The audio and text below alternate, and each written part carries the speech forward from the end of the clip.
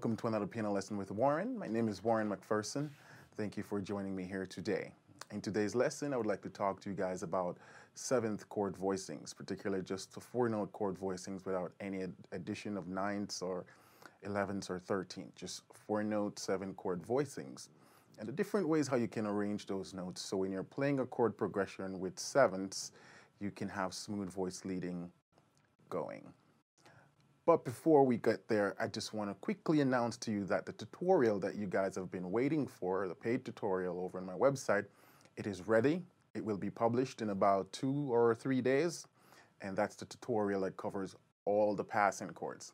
In particular, it covers 7 types of passing chords that I use in my playing. 7. So now that's a lot of them. It covers the tritone substitution, how to use the tritone substitution in your 2-5-1 passing, covers secondary dominants, chromatic medians, first inversion passing, diminished chromatic passing, minor chromatic passing.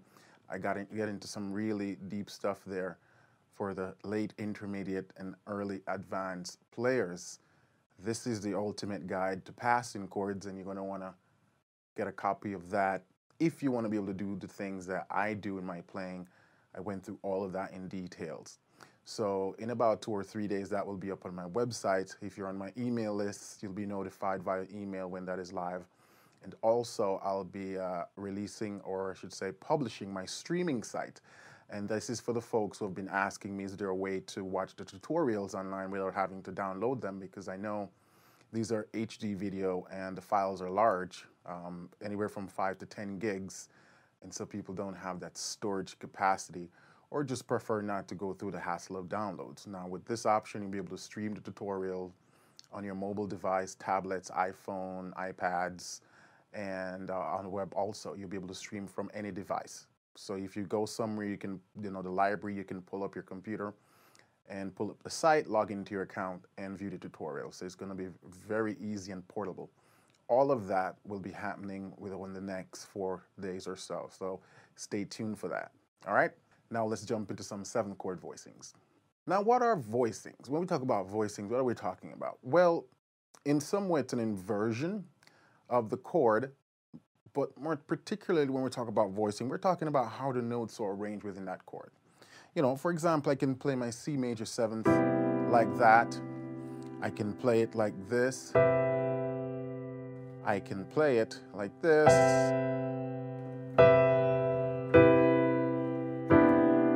See all those different arrangements in the right hand? It gives the chord a different color, if you may. But the bass stays the same. Still a C chord. I'm just arranging the right hand notes. And that's what we call basically voicings. It's how you decide to play which note, when, and where. I came up with 5 different what we call voicings, how you can play your chords. And the importance for this is that when you're playing a string of progressions, you're going to need to know which voicing is going to be best so the progression can go smoothly from one chord to another. Ideally, you want to be able to play all your progressions within this span, you know, say a 2-octave span. Yes, you'll venture out from that and play different registers, but you want to do that when you want to get a certain color or tone. You don't want to have to bounce about with your chord progression because you can't see the chords in other form or in other voicings or inversions.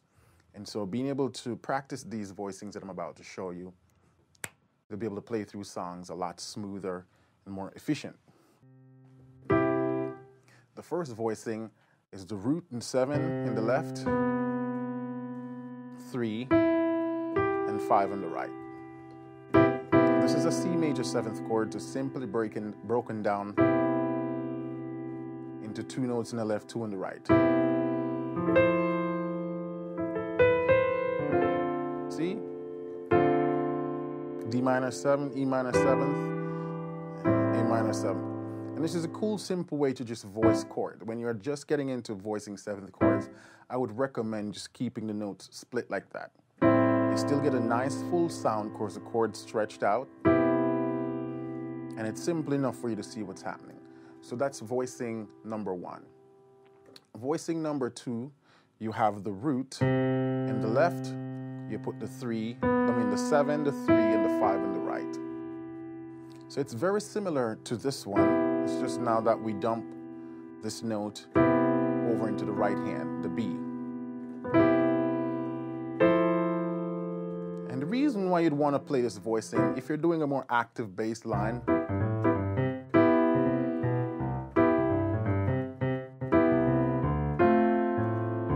see?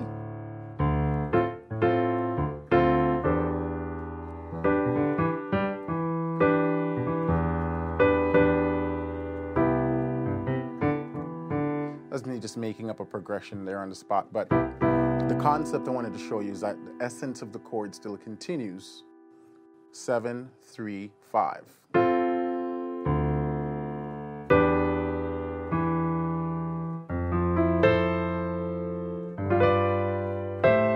And so if you're doing a 1, 6, 2, 5,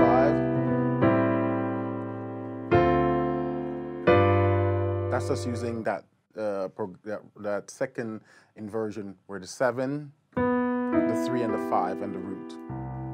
Now what if I were to combine it with the first one I just showed you with this one? We have this, then you can just switch to the bass, then you can go back to that one,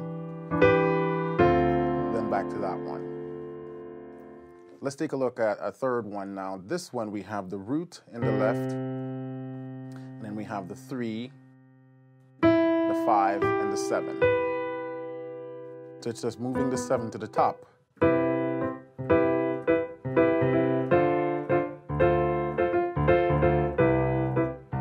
See?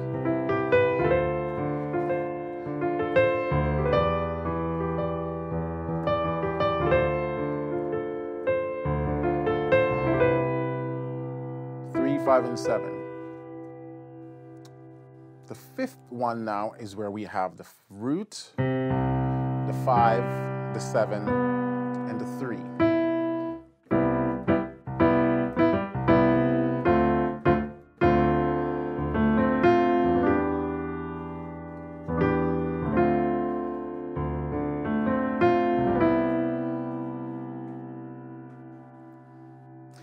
So that's the 5 different ways you can voice a 7 chord. Obviously, when we're playing, we don't just use one voicing, we use all the combination of these voicings. So go back to the song that I opened with, All of Me. I start with a C major 6th.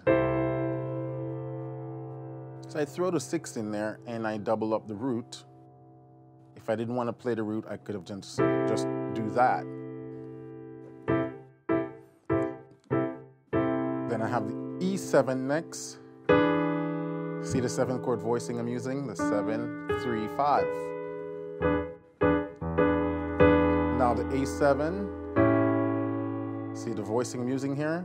3, 5, and 7. Then to the D minor. And you see the voicing I'm using here? 7, 3, 5. Then back to E7, and the voicing I'm using, 7, 3, 5. To A minor, and the voicing I'm using here, 5, 7, 3. And then back to D7, and the voicing I'm using here is 3, 5, 7. Then D minor, same 3, 5, 7. Then G7,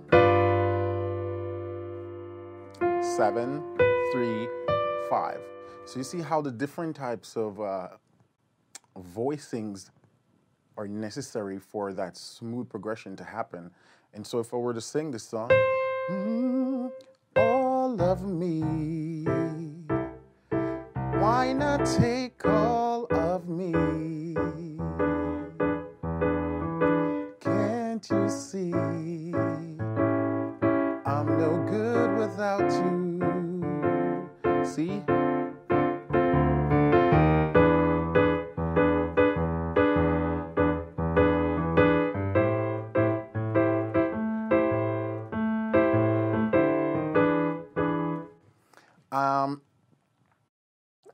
that's it. You could play any jazz song or any song with seventh by just using these different inversions, different voicing. And in all of them, the left hand has the root note of the chord. The right hand doesn't have any root note. So you can think of it as like a rootless voicing for the right hand. So let's talk about those again. You can voice your seventh chord like this. Root, 7 in the left, 3 and 5 in the right. You can also voice it this way, where the left hand just has the root, and the right hand has the 7, 3, and 5. You can also voice it this way, where we have the 3, 5, and the 7. Or you can voice it this way, where we have the 5, 7, and 3. So it's just moving the notes around in the right hand. And it's important for the early intermediate player to be able to start seeing this. This is also the beginning that helps you to walk bass.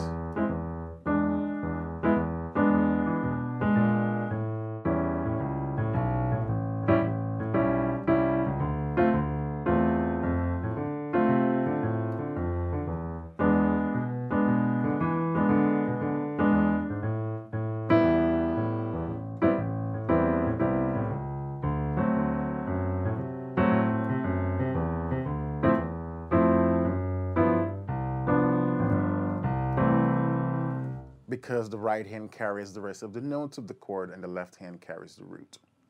Now, while this the voicings I just showed you, basic voicings, but if you want to full out the chord somewhat, you can start to doubling notes in the left hand. So if you're not walking bass and you just comping chords, you know, when I start off with the C, 6, see I double the root, and I put the 5th in the left hand. When I go to the E7, I'm still using the same voicing in the right hand that we talked about, but now I'm just doubling notes in the left, 5th, and octave. Same thing here.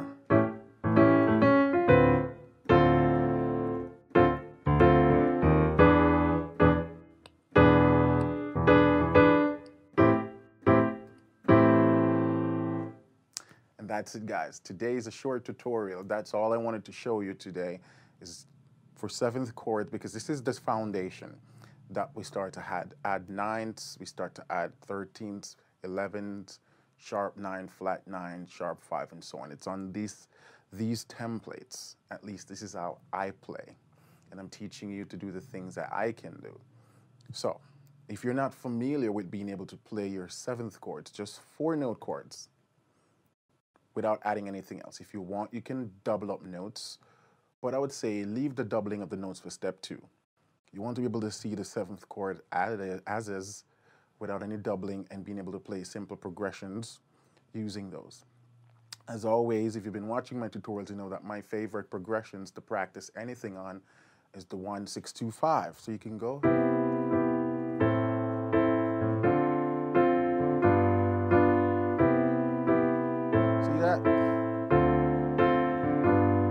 And you can use the 5 different types of voicings that I just showed you and practice that with your 1, 6, 2, 5. The other progression I like to do stuff with like this with is a 3, 6, 4, 5, 1. So I can do 3, 6, 4, 5, 1. 3, E minor, 6, A minor, 4, F major 7th, 5, the G 7th, and back to 1, C major 7th. So go practice that, guys, okay? And remember, for the advanced players and the more later intermediate players, the video, Passing Chords, going to be released in a few days. This is the ultimate package guide for passing chords. If you want to know everything that you hear in gospel music and in most jazz tunes, you're going to need this tutorial. Also, I need you guys to check out the streaming site when it comes live. If you're one of those people who have purchased my tutorial already, you'll get a free month access to the streaming site, so you can stream the tutorials that you've already purchased. Okay? Until then, keep listening, keep singing, and keep practicing. My name is Warren McPherson, and catch you soon. Have a good one.